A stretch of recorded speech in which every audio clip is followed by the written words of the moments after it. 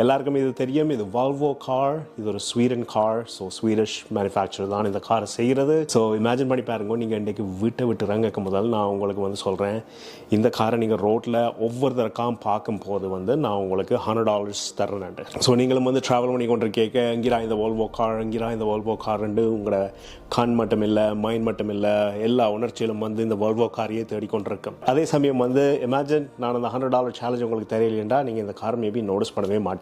பேர் வந்து ஒரு செல்ஃப் சர்விங் பயஸ்ன்ட்டு வாங்க. ஸோ நீங்கள் சில சமயம் இதை நோட்டீஸ் பண்ணியிருக்கலாம். நீங்கள் புது கார் வாங்கிட்டு ரீசேலாக இருக்கட்டும், பிராண்ட் நியூவாக இருக்கட்டும், அந்த காரை நீங்கள் முதல் நோட்டீஸ் பண்ணவே மாட்டீங்க.